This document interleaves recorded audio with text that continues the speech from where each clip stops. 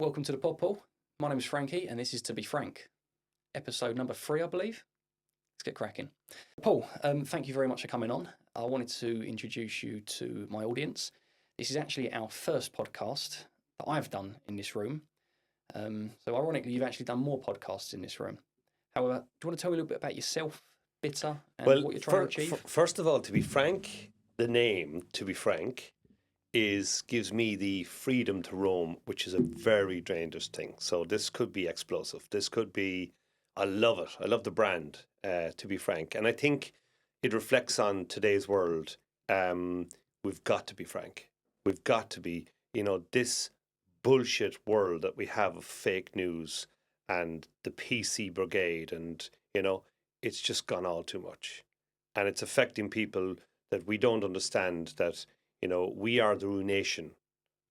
We are the start of the breakdown of what democracy represents, because there's so many different versions. There's mixes of culture. If we're not careful, we've got to address this. And that, I suppose, to introduce myself, my name is Paul Whitnell. I'm president of an organization that is called the Business International Trading Alliance, which represents integrity, transparency, passion, and delivery.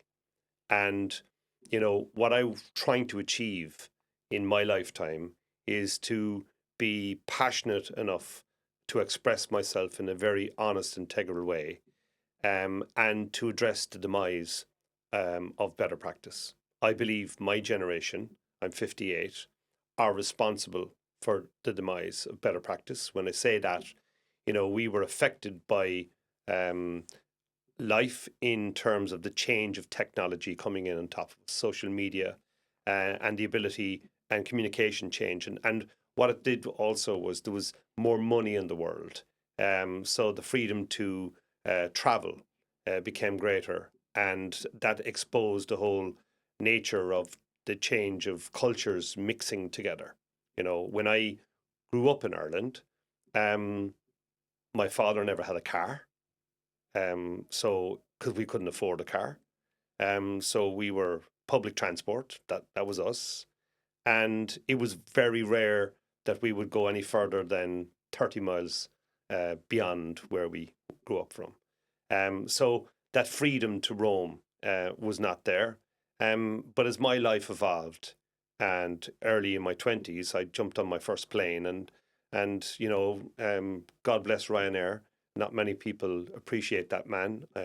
I think he's a dickhead, but the way he exposed, travel to the world, maybe he's done a good thing. But his arrogance is still there, and I think there's no need to be arrogant. You can be successful without being arrogant. So that's basically what BITA is all about, is being able to say what one needs to say, as opposed to being worried about what we can't say. 100%. So this podcast, it is, the clue's in the name, it'll play on words, but it is To Be Frank. So I do feel like I've struck gold a little bit getting Paul on as my first guest. For those that do know him, and for those that don't know him, I'm sure you hopefully will by the end of this podcast.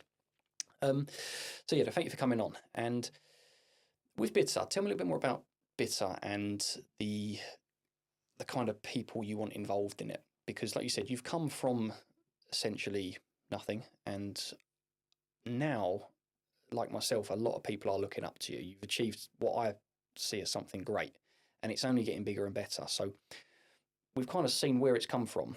Tell us about the now, and I want you to boast a little bit, because rightfully so, it's amazing. And again, let's fluff it up. Let's make it sound like what it really is, and tell me what you're trying to achieve going forward. Like, how big do you want this to get? Well, I suppose I'm allergic to anything like that, because I don't see, everybody needs a certain ego in their life, to drive something forward. And we can actually get ego and passion can get mixed up a little. I see what I've created as a necessity. So I came over from Ireland to the UK in 2008-9 because of the downturn in the economy and the industry that I was in. And when I was forced into that movement of coming out of my comfort zone. I expected in my naivety to have so much, some things that were similar to Ireland in cultures and etc. And I couldn't be further from the truth. There was a process, there was a gatekeeper, there was a different culture, it was a bigger population, and it was a mindset change that I had to adapt to. And my frustration led me to look for organizations, look for networks to rebuild my network, and they just weren't there. There was organizations willing to take money from me, rob me of my money, and they didn't say what they did on the tin. So my frustration led me to create what I felt was needed was an organization that it actually brings into vogue proper values of integrity, transparency, passion, and delivery. So my idealism was to actually create a platform of communication that promotes better practice. And while I've done so, I'm very proud to have BITA as that organization, but also proud to have the people around me that have created that organization. This organization isn't me. Yes, I drive it, but it is the people that's in the community of BITA. And they all represent those values. Ironically, when I looked out to people for assistance, i.e. governments for financial assistance to do with it, I have been largely ignored. But fuck them, I don't need them. Because that is basically, that is where they want to wrap me up into another layer of the democracy or bureaucracy that exists that actually stops organizations and communities and countries from growing. What we're unraveling here is we're finding other ways around challenges, and we're doing it with real people, with real intent, with real honesty, and that's what makes BITA outstanding, because you've got honest people wanting to do create better practice for the right reason and share that generosity of spirit, which is then fulfilling or and enjoying the sense of community that we have supporting each other. So your experience becomes another experience, and the values are very, very important here. So we've got to the point where this isn't just not grown in the UK and Ireland, it's now grown into 13 countries. Next week, we embark on setting up chapters in Boston, Chicago, New York, and I can't wait, because the world, in terms of trade, is becoming a smaller place, and the importance of better practice and communication is so important today. And we look at the problems that the world has in terms of greed, wars. It is communication that is at the center core of that trust, harmony, and collaboration. And if we're looking at the likes of Trump to actually lead that way, oh my God, we're going to be in an awful mess. 100. I'm passionate about quite a few things you just said there, and I'll throw caution to the wind in a few moments and just kind of give you some topics that I'd like your thoughts on. But I do think in this modern world, we're kind of regressing a little bit out of necessity back to a more traditional way of how we do things, whether it's business, communication, networking. It's always been there. But I think with the introduction of AI, it's definitely kind of prompted a few people to actually go, well, the stuff we were doing previously is almost going to be rendered obsolete. So now we've actually got to go and meet people face to face, because that is where the real value is. And it always was, but we could kind of ignore it. And it's getting to the point now where it's being wiped over. So 100% agree with you there. But I wanted to tick on some more, maybe not controversial topics, but the point of the pod is to really emphasize things that people don't normally bring up, or at least wouldn't broadcast to thousands of people on a podcast. So this is where your speciality is, Paul, and ruffling feathers. Something I'm massively passionate about, and I spoke to our local council recently about this, is the education system. It's something that hasn't really changed in probably 100 years. You could see a photo of a classroom and you could go through the textbooks and you could go through how it's set up. And unlike every other industry, where you've seen massive innovation, apart from maybe an electronic whiteboard and a few computers, the actual premise and what's being preached hasn't changed. And the question I ask to you, do you think we live in a government and a society where they are trying to mass produce people that don't think, maybe even mass produce button pushers as opposed to entrepreneurs? There's a certain amount of truth in this, but let's go back to what life is all about. Life is a cycle. Life is a cycle of where we're born, we die. It's what happens in between there's going to be lots of changes in that. And this is where I'm a stickler for tradition. Let's take the vinyl record, right? The vinyl record was just a masterclass. It was just a beautiful piece, and it was used in the right way. And then suddenly along came the 80s, and the CD came in, and the MP3 player came in, and the vinyl record was thought to be dead. Tradition never dies. So the cycle will always bring back. So when one goes into a cycle, all you're doing by the very nature is coming back to square one. And I believe that education, if you look at how we've changed, we have pushed society into believing that you need a degree to get on in life. That is bollocks. So what we need is the passion of people to be able to pursue their pursuits, to be able to, and the most important point is to make sure no matter what you do, you enjoy it, because that's the cycle. The cycle is enjoying your life. You're not here to work, you're here to live. And that is what people have to be pushed into. So if we need to adjust the education system to facilitate what life is all about, that's where the change needs to happen. And we as people are very educated, so we should understand that the answer isn't to push everybody through the college system, because what that has done is created problems in the cycle of life. So now we have skill shortages in areas because we all decided to rush to college or rush our kids to college. 60% of people in colleges should not be there. They're too thick to be there, you know?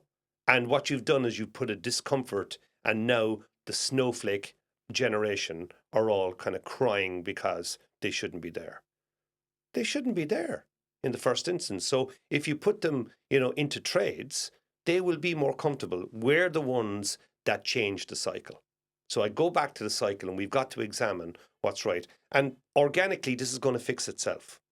So we now see in today's world that a lot of people are starting to realize that, it's not all about college, and that we're pushing apprenticeships and trades again, which is a good thing. But unfortunately, it's going to take a whole generation to actually fix the problem in terms of skill shortage and get people settled down into the fact that you can make a good living in different ways. You don't have to go to college. 100%. I mean, I didn't go to university, as you may or may have not known. And it's one of them things, I've upset a lot of people growing up and kind of alienated friends who I thought was friends through opinions and the way I kind of voiced things, very similar to yourself. And I was doing it when I was sort of like 17, 18, 19. Even walking out of school, I mean, I say sixth school, sixth form. I walked out when I was 16 or 17. And I'd have arguments with some of the girls. It was an all girls sixth form that I went to. And I'd say X, Y, and Z thing about how I felt about something, and that the way they're teaching us is a load of shit. And they'd contest it. And I go, well, why are you going to university? Why is this important to you? What is it you want? Are you going to become a doctor or whatever it was? And I was like, well, I'm not sure what I want to be. I said, so why are you chasing this particular path when you're studying business studies, but you've just told me you want to become a nail technician? Okay, maybe there could be some correlation there, but if your passion was to become X, Y, and Z, and you didn't need the degree to do it, why don't you just go start doing it? Because that's exactly what I've done, and it's panned out all right for me. So it's easy for me to say that now, but at the time, I didn't know whether I was chatting complete waffle. It wasn't like, it wasn't confirmed. So I think it's good, and I also think that some people just will, like you said, it's the cycle of, it's just a cycle. Some people will naturally gravitate towards that. If I join up a different company or a different path, do I think I probably would have gone down this route eventually? Yes, because I was that way inclined. I like going against the grain. And I think you can only become the top 1% if you don't follow the 99%. Because I think there's a huge learning as well. I mean, if we look at, we're not looking at enough around the world at different successes that are created. So let me point out a couple of successes that are in existence, and you would wonder why they can't be adapted. So if you take, for instance, Ireland as a company or a country at the moment, Ireland is struggling with accommodation, and one would say with modular building and the availability of labour that you can pull in from all various European nations to go into Ireland because they're part of Europe. Why in God's name, is there a problem with development? And the answer is it's down to the bureaucracy that exists that stops things happening and your approach to things. If you look at, for instance, a country like Dubai and UAE, look at the rate of building over there. It's incredible. But the culture is different in terms, if you look at, if I leave my wallet and my phone unattended in Dubai and I go back 24 hours later, it'll be sitting there and the content will not be touched because the culture is clearly understood that if you rob someone's phone and wallet over there, the law will have you in a different way. You'll have no hands. Yeah, So this is where we need to communicate and get better at communicating in terms of what is good and works. And we've left the world too open to interpretation. And what that does then, it just like, it muffles everything. The messaging is wrong. If you go to Australia and you get a visa, if you stay 1 day over your visa, technology will have you and you will never be able to go into Australia again. As long as you know that, you respect it. So this is where I go back to the cycle. The cycle is, if one understands what they need to do, it's easier to actually create that fellowship and fellowship. I think, and that's what BITA is as an organization.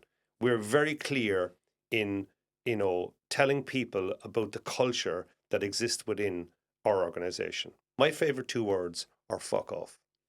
And the reason is it's universal. It's an adjective that an Irish person uses on a regular basis, right?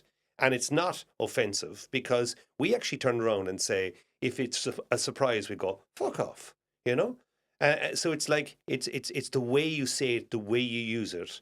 If I'm aggressive, when you're hearing it. So it's not offensive. So don't take offense. And this is where communication comes in. So for that reason, I use that example as my favorite 2 words because it's definitive in its messaging. And it's hilarious when you actually use it in the context of some areas, that when people hear you sing it, the PC world say that we can't say them things in public. Well, fuck off then, And that is like, that is why I adapted that rhetoric, because it was a great example of my communication.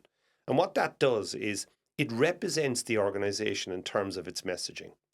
What we represent, we are an honest, integral organization with passion and delivery. Just because I use an adjective doesn't make me a bad person. It's honesty is the best policy. And I love the saying it is sometimes you've got to be cruel to be kind. Kind doesn't mean nice.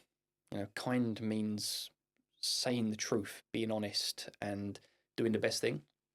So going back to Dubai a little bit, because I've got a few friends and we've got a few sort of like associates that we kind of both know that work and live out in Dubai. I hear fantastic things. Entrepreneurs playground. You can leave, like you said, a wad of cash sitting on the side and no one will dare touch it. Whether or not they need to is a different story. But I do think that there is a massive difference in atmosphere, how people act, the way people treat each other compared to this country, and not just Dubai. There are a few countries that have got it good.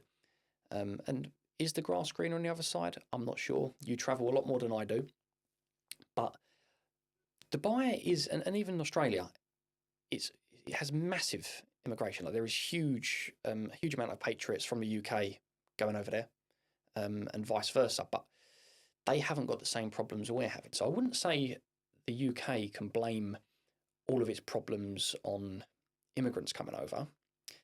However, a lot of people are, but I still don't think it has a positive effect. So can you unpack that? Maybe your kind of take on it, because you come from a different country, technically. So it's we're not saying you're the problem. I'm a foreigner. You are a foreigner. I'm a foreigner. And it's all about adaptation. It's it's respect. It's communication. It's I came over. Let's unravel this, right? I'm an Irish person that was part of a great party called the Fianna Fáil, which is the Republic Party. We fought for our independence to get an independent Republic of Ireland, and the Brits had taken Ireland over. So our culture was to, the fighting Irish came from, that culture of, we stood up for what we thought is right.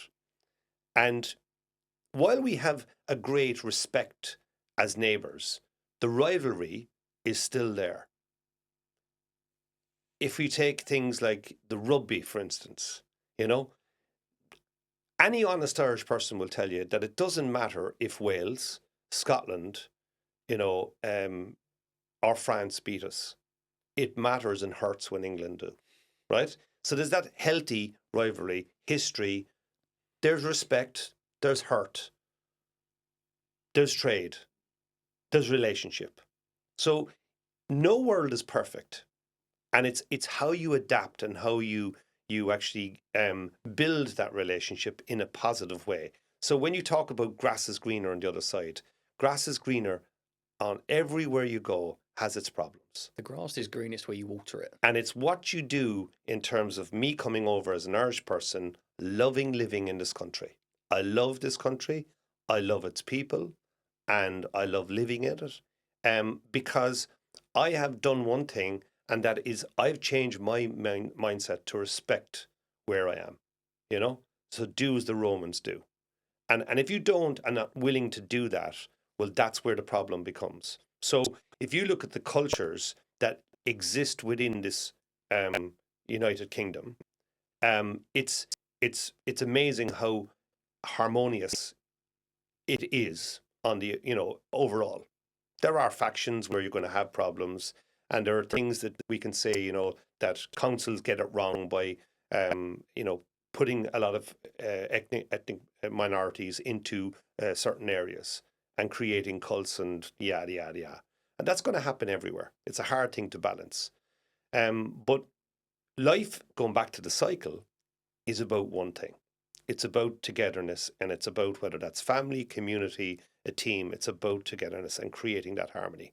And people gravitate towards countries and areas that will make that and facilitate that at a better level. So, for instance, economically, if you're living in a challenged area, you become an immigrant because you want to go and have it easier in a more economical, stable area, right? That's a choice you've got to make, and that's a choice you have. So this is what life's all about. And I think what makes, I look at leadership over my lifetime, and this is what's wrong at the moment. There are weak leaders in the world. And if you look at, the time of when I was growing up, there were strong leaders. Margaret Thatcher wasn't a very unpopular person, but she was a hell of a leader, So Charlie Haughey in Ireland wasn't a popular person, but he was a hell of a leader. He changed the dynamic of education in Ireland and gave Ireland its prosperity that we've lived off since, So this is what the importance of leadership is. And I represent that within an organization, that instead of moaning about it and being angry about it, I became ambitious. And I set up an organization that represents what I think is fit. So therefore, now I'm able to look upon the community of BITA and reach out to those people and say, let's do this together. Let's create better practice. Let's create a community that thrive on honesty, integrity, passion, and delivery.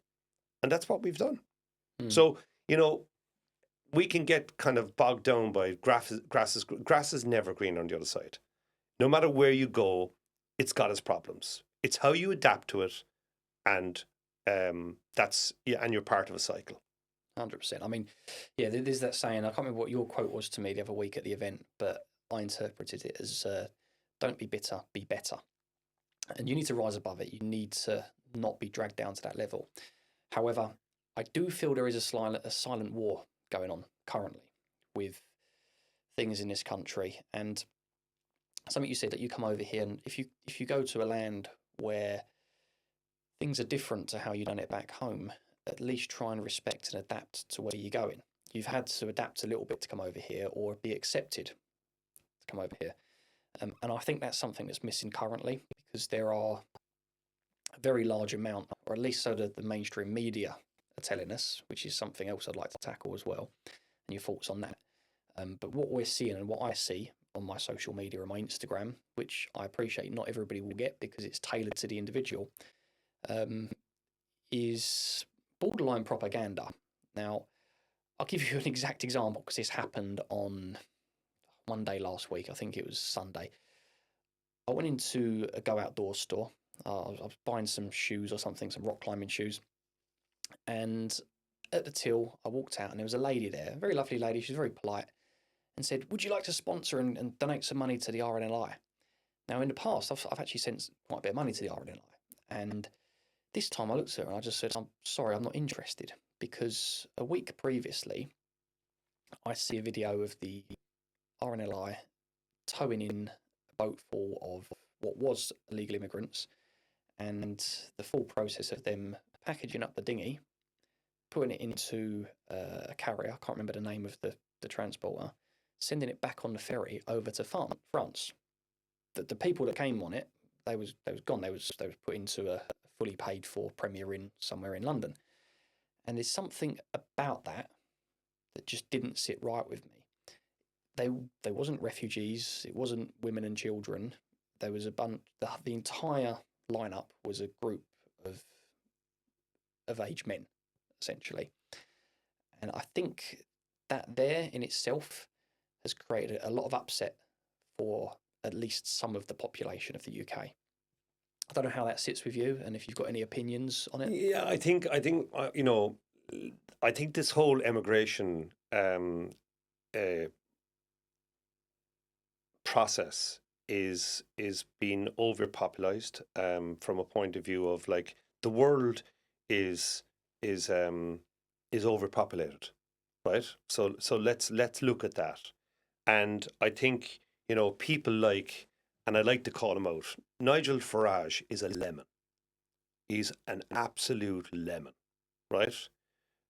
Commonly known in Ireland as a dickhead. And what he's done is he's utilising populism to actually create a frenzy. That man is responsible for the greatest trading mistake that this country has ever done, and that's Brexit. There has been no benefits to Brexit. And that lemon was going around, and his ignorance, in terms of communication, is just profound. The problem I have with that lemon is you're actually letting him squeeze the country again. So with, again, the same rhetoric, the same populism, and utilising, immigration as the bandstand to actually talk about this, the reality is the world is overpopulated. You're going to have this. How you deal with it is what's important here. And do you feel like we're dealing with it properly as a nation?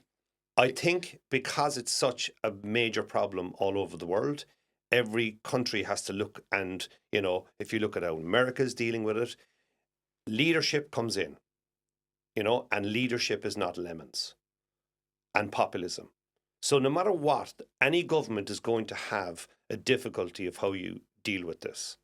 Yes, it has to be dealt with. And no matter what, there's always the wrong and the right, to dealing with anything. So it's a systemic problem that needs addressing. You have to have a process. You have to have something that's understood by people. But it's not going to go away, lads. It's not going to go away. The world is becoming a bigger place. And this is, if you look at the shift of money, I'm going back to my cycle. I'm talking about the cycle here. All we're doing is reinventing things in different areas. And if you look at, for instance, the evolution of South Africa and the abundance of wealth that's over there, and not just wealth in money. I'm talking about wealth in minerals, capital wealth. It's just incredible. It's the education, and when you put the education into wrong hands of lemons to actually start running, that's when it all goes wrong. So it's leadership. We need strong leadership, and like him or loathe him, Donald Trump is doing one thing, and that he's got ahead of the game in terms of that he's running the game, and we will figure out in our time whether he's a great leader or whether he's another lemon. It takes time, but I think he's not afraid to call bullshit. No, but well, he creates the bullshit, so that's easy. But so what I'm saying here is this is a cycle, and you and I will never figure this out. But what we will do is we'll get enough wisdom on our journey in that cycle to figure out what's fake and what's real, and we'll figure out when you look at history and you look at historic things that happened. I watched a movie recently with all about Britain and the history of Britain and the last World War, and the leadership was quite rocky. It was quite shaky, when it was really examined, and it just one thing that triggered changed the dynamic of that war, and but the facts are, when you examine it, that it's really down to something that changes in the cycle.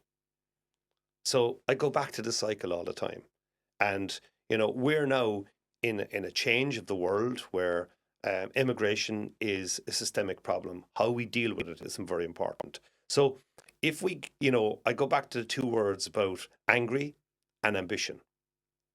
We should be having an ambitious approach to solving this problem rather than an angry approach.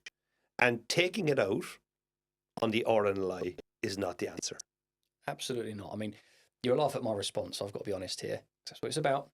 Is I turned around to my friends. I didn't say it directly to the lady at the RNLI because she seemed very lovely. And I said, look, if they turn around and told me that they're spending it on a minigun to put on the roof or like some automated cannon, like the Australians or the Chinese or Russians or South Africans probably would, then I might invest. But it's not about being angry. It's not about causing damage. It's about actually having a borderline set of rules, kind of like, because as much as I hate to say it, rules kind of control the fun a little bit. And when it all goes out the window, you lose respect. If you lose respect for yourself, other people lose respect for you. And I say this to colleagues, if you start just losing respect for yourself, how can I possibly look up to you if you can't even look up to yourself? And I think we need to kind of transpire that into like a bigger picture thing as a country. If we can't respect ourselves as a country, which I think is one of the biggest problems, then no one else will. So it's not, like you said, it's not about being angry, but the leadership do need a slight shift. It is, and I think we've got to go back. You've got to peel things back to what was successful. So, everybody has times that there's success, whether that's a football team or whether it's a community or whether it's a family. There's points where there's that purple patch. And I think what needs to change in this country is manufacturing, is very important. And we've got to bring back in manufacturing. So homegrown, homemade products and manufacturing, and stop this chase to the bottom, buying it cheaper in China. So what we've got to do is we've got to start looking at community in a broader way in saying support your local community. And if that's paying extra for it, well, let's do it. And that's where success will change for me, I think. And again, I would love to see I go back again to a poignant time in Ireland where a politician, Charlie Haughey, we mentioned him, changed the dynamic of education. And what he did at that time was he encouraged companies from America to come in a nuance of the computer era to actually give out free education so that there was an educated population to take on the work that those companies needed to facilitate. And Ireland became a gateway to Europe. So that was a leadership dynamic change that happened, and everybody prospered for it in Ireland.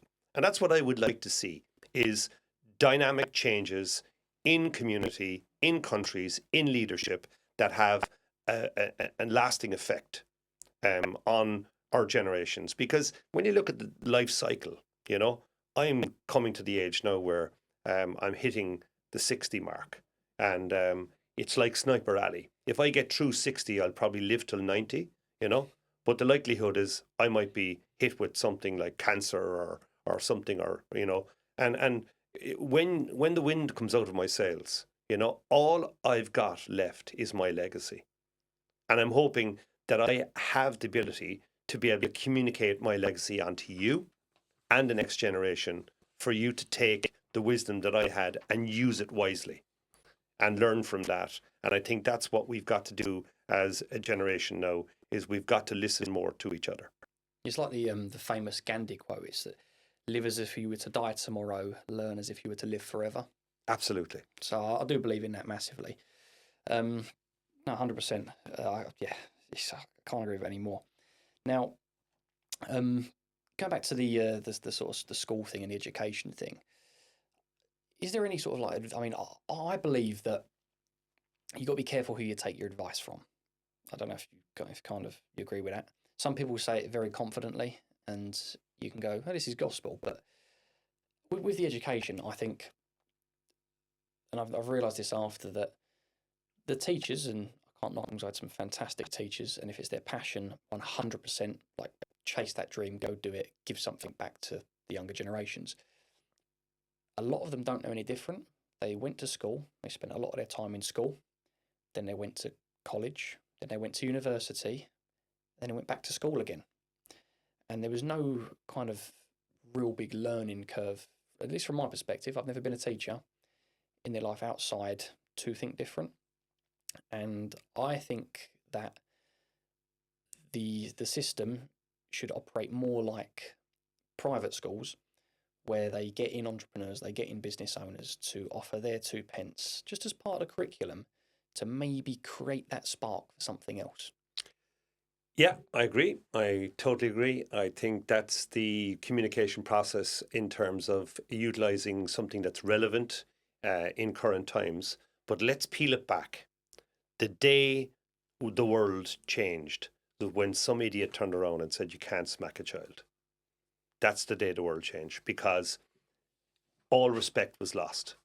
I grew up respecting my teachers, respecting the policeman, respecting the bread man who came and delivered my bread, And what happened was, we changed life, that we actually changed the rhetoric of where respect is earned and where it's shared.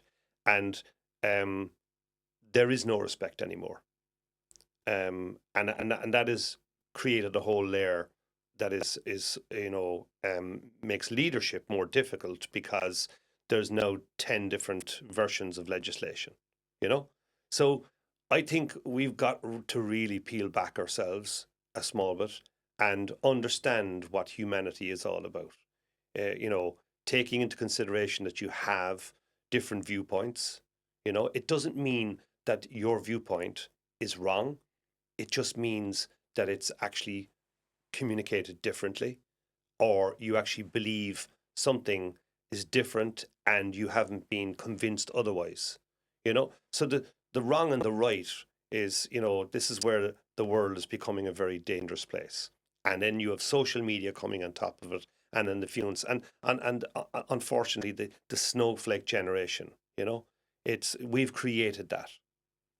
A clip in the back of the head never hurt anybody. It's making life hard. It's making business hard. It's making life unbearable because what we've done is we've destroyed better communication. We've destroyed better practice.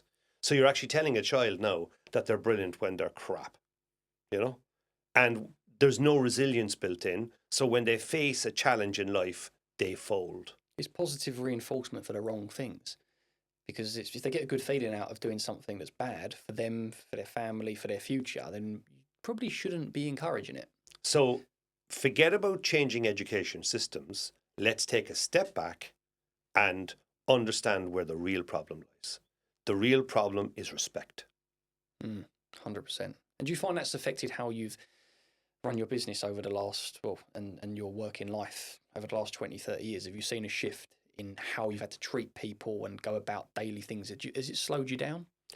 Not or has it made you stand out? I think what I hope, and I don't know, I've convinced myself that I've learned and I've changed because I had to change. I was lucky in that I was displaced. So my life was like, tickety-boo, going along, plodding along. Next thing, 2008-9, everything imploded in Ireland and I was forced to change. That probably was the best education I've ever had in my life, is that displacement of having to step out of my comfort zone and learn the hard way. So when I came over to the UK first, I had no money. And I realised that money, because I saw money evolve in Ireland, we have an era called the Celtic Tiger. And it was like, oh my God, the banks were just pouring money out, to people. And it's not that they had money, they borrowed money. You had the ability to borrow money. It was their fault, it was the bank's fault, because it was leadership, didn't regulate, and they gave out money. So if you were just giving out money, if you give a child a bag of sweets, what's the child going to do? He'll gobble them all. He'll get sick all over the place after it. That's the effects of it. And that actually happened in life. That's the cycle again. So the banks, regulation, and it destroyed the dynamic of a country nearly.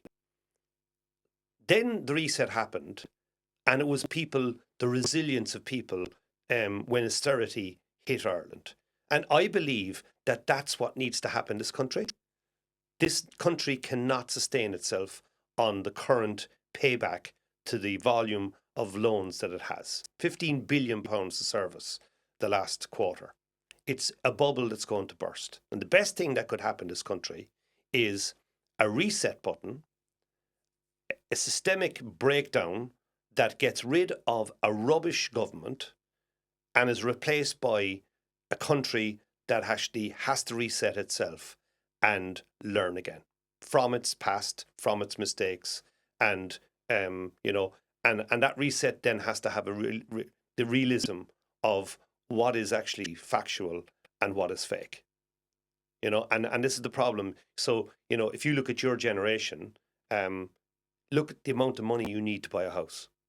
Look at the amount of money a young fella has to put into insurance to drive his first car. Unbelievable. It's insane. Absolutely absurd. I mean, I've got younger brothers, and I've got 3 younger brothers. You met one of them today. He's 26, and then identical twins that are 21. And they've had me as an older brother. So I would put myself in the category of doing different to the 99%. And I've been onto them like a rash. I'm like, just save. Like, I promise you, you won't regret it in 5, 6, 7 years' time. It just cash is king.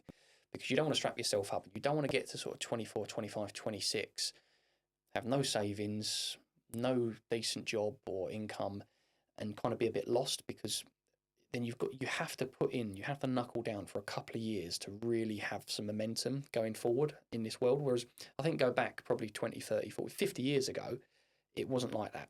You could get a house, you could get a job within a couple of days, couple of weeks. And that will reset. It will reset. That cycle will come. And I look at, I do a lot over in South Africa with Mellon Educate, building schools and breaking the cycle of poverty through education. And again, it was a learning curve for me to actually come by that charity and work with that charity and see the benefits of what that charity is. Going to Gailisha, an amazing, part of the world that has poverty that you've never seen in your life. And you then, understand that you as a person can make a decision in your life to actually break the cycle of poverty through education. But that was my decision that I had to put myself out to get involved. And that's what I'm saying. We can change things. It's we're putting up with everything. We can change things. It's not anger, it's ambition. That's what needs to change. And if you look at, we go over there every year, and I would take 50 people out for a meal, and I'll pay 700 quid for a meal out there. I take the same 50 out for a meal in London, and I'll pay 7,000 quid. So there's the choice. So the only people that can change things is ourselves. And if we sit back and let governments roll on without affecting change, we're at fault. So we've got to strip back responsibility, respect. All of these things are what we're in charge of. And if you get enough people, just like I've done it with an organisation like BITA, it's not just me. I've got enough people around me now to share the vision of what we're about as an organisation and bring people on that journey. So we create opportunity for each other, and we are changing the dynamic of life. We're taking 25,000 kilos of plastic from the ocean, turning it into fibre clothing, and we're selling it back to our members.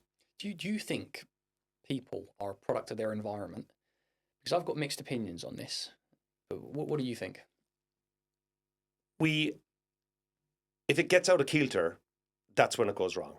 It goes back to your values, and that's what we need to protect. I mean, on a more granular level, like, are you the way you are because of your environment growing up, or do you think it's something a bit more ingrained? No, I think it shaped me. It shaped me, certainly, and it's the experiences, and it's all about adaptation. So I mean, I'm an Irish person living in England now. I could have the choice in the morning to go back to Ireland. I choose not to, because my work isn't done here. So I think that education is a lot, but I think education goes back to our values. And I think this is where, going back to the slap on the head for the child, that's when it all began to break down. When the values change, you're changing the whole. And you can blame anybody for anything. At the end of the day, the buck stops with yourself. Definitely. So you've I would say it's pretty safe to say you've lived a pretty busy life and a pretty eclectic life compared to, again, 99%. You're laying there, assuming you do make it to 90, let's be optimistic here, maybe 85. You're laying there on your deathbed. What is something that really piss you off that you potentially regret if you haven't done it, you haven't achieved it, you haven't ticked it off by the time you get there? I think if I let that happen to myself, what I've learned is I think you've got to be brave early. You've got to be brave early in life, and if I already tell that to myself, I admire people like you because you do things. They might not be the right thing to do, but you're going to find that out yourself. But it's sitting on your hands and not doing anything and not trying in life and not making and not moving forward, would be my regret at 90. I haven't a hope in hell of reaching 90 because I enjoy Guinness and red wine too much. And I gave it up this year for charity to basically do one thing in honesty, and that was to turn around and say, who's in charge here? Do I miss it? Absolutely. I miss it so much. It's the worst thing I've ever done in my life. But I wanted to prove to myself, I'm in charge. It is not in charge of me. I'm in charge. But by God, when the clock ticks to 12 o'clock on the 1st of January, it's going to be in charge. It's going to be back as my partner, in crime, that I can have as much Guinness as I can consume. And if I reach 90, I'll be consuming quite a lot.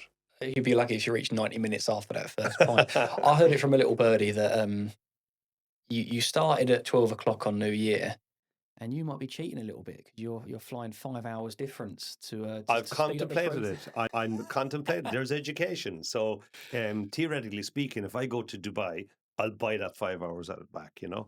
But all jokes aside, it's look. There's the difference between doing something and saying something. It's not an easy thing to do. I was asked. The reason I got into doing it was I was asked, what is the hardest thing you could do in 2025? Climb a mountain, run a marathon. That if you're into that, that's fine. But for me, as a social person, the hardest thing I could do was pack up drink for the year, And it's been horrific. And everybody said to you, I bet you feel better. Fuck off. I don't feel better. I'm depressed. Can't wait till Christmas. Back on it. And that's me because it's part of my psyche. So I think what's very important in life is no matter what lane you're in, stick in your lane, stay in your lane, because then people can clearly understand what you're about. And, whether they like that is then entirely up to themselves. And that's what harmony is, because you're not going to like everybody in life. Everybody's got different attributes about them. And, this is what we want to do is find your lane and then surround yourself with good people. One of my favourite quotes, and I think we'll wrap it up with that, is either do the thing or live with the consequences of not doing the thing. And I have to tell myself that quite often. So yeah, Paul, you've been absolutely amazing. Thank you very much for being on To Be Frank, and we'll see you at the next one. I hope I was frank. It was.